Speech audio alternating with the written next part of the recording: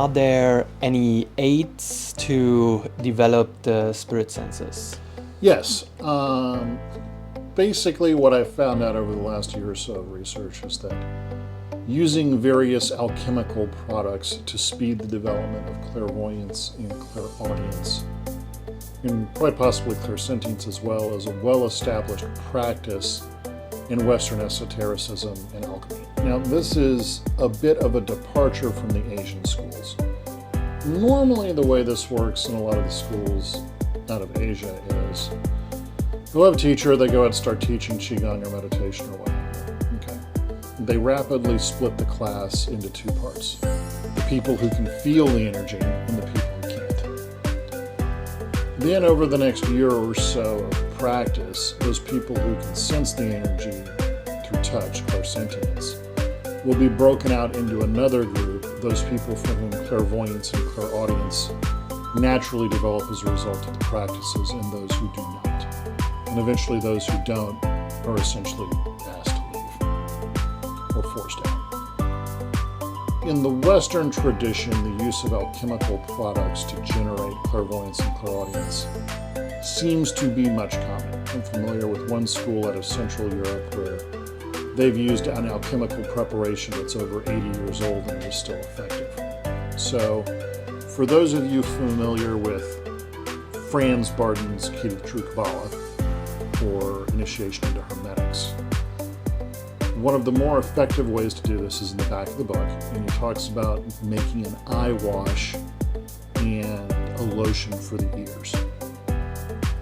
So in the case of eye wash, what you do is there's a little ritual he writes using a burning twig and a tea made out of eyebright. You condense down and you filter it and you put the twig into the eyebright and tea, and then you charge it with elemental fire.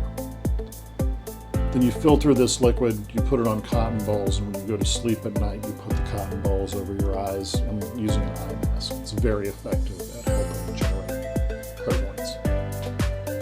There's another solution you make using a combination of eyebright and I believe chamomile, you can check in the book, where you do a similar operation to generate a lotion that you put on cotton balls, and you put those balls in the ears when you sleep at night.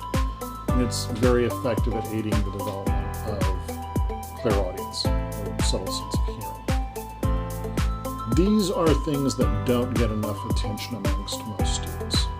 Now, when you're developing the subtle senses, clairvoyance, clairaudience, half of it is building the pipes, if you will, or the infrastructure in the eye and the ear to develop that ability.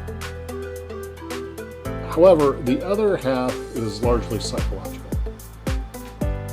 You have to get your mind to accept that this is something you can do. And there's a lot of reasons for that. Listen, in modern society, we view a lot of these things as hallucinations and the like. They're highly discouraged. Some of the things you can see and hear through the subtle senses are disturbing, I'm not going to lie to you. Any schizophrenic you've ever spoken to said, the hallucinations don't bother him that much, but the voices really do. That said, where the Western approach using alchemical products is a bit of an advantage, is you're not relying purely upon natural ability for somebody to do this. It's something that can be developed. And again, they're much more powerful methods of doing this than what's contained in Barden's first book, Initiation into Hermetics. So that's the role that alchemical preparations play in the development of clairvoyance, clairaudience, and clairsentience.